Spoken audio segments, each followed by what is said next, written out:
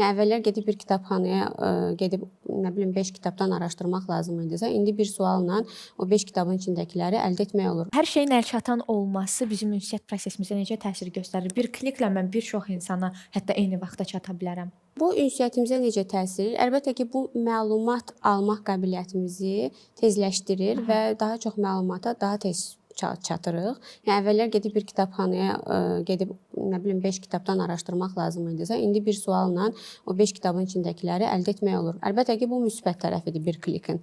Amma digər tərəfdə məsələ budur ki, yəni bayaq dediyim məsələyə qayıtmaq istəyirəm. Müzakirə qabiliyyətini bir klikə görə insanlar artıq itirirlər. Çünki öyrəşib sual versin, cavab gəlsin çox tez. Bəs sən niyə belə düşünürsən? Sənin hansı hisslərin var? Bunu deyəndə sən nə hiss edirsən? Bunu eşitmək sənə nə hiss etdirdi? Bu sualların cavabları artıq yavaş-yavaş itir. Çünki onsuz da bu sualların cavabları təəssüf ki, bizim nə təhsil, nə də tərbiyə sistemimizin bir hissəsi deyil. İnsanlar duyğularını, nə hiss etdiklərini daha belə deyək, böyük yaşlarında artıq özlərini tapandan sonra başlayırlar başa düşməyə. Yəni təhsil sistemində heç bir şagirdə tələb etmirlər ki, sən nə hiss edirsən, müəllim sənlə belə danışanda və yaxud valideynlərimiz uşaqlardan, yəni bizim valideynlərin dövründən danışıram. Nə qədər soruşurdu ki, necə hiss etdin bugün? Yəni bu suallar uşaqlara verilmirdi. İndi bizim yaşımızda olan valideynlər daha tez-tez verməyə başlayıblar bu sual. Əlbəttə ki, azlıq təşkil edir onlar yenə də.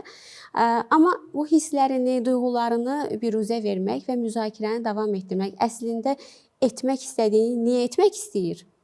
Bunu izah etmək qabiliyyətini yavaş-yavaş gənclər itirirlər. Çünki bir kliklə həll edə bilmirlər bunu. Kompüter arxasında bu çox asandır. Sualını verir, cavabını alır. Amma valideynlə oturanda, müzakirəyə gələndə ki, mən misal üçün çox sadə bir misal deyim sizə. Mən fizika dərsini oxumaq istəmirəm, çünki sən sonrası yoxdur.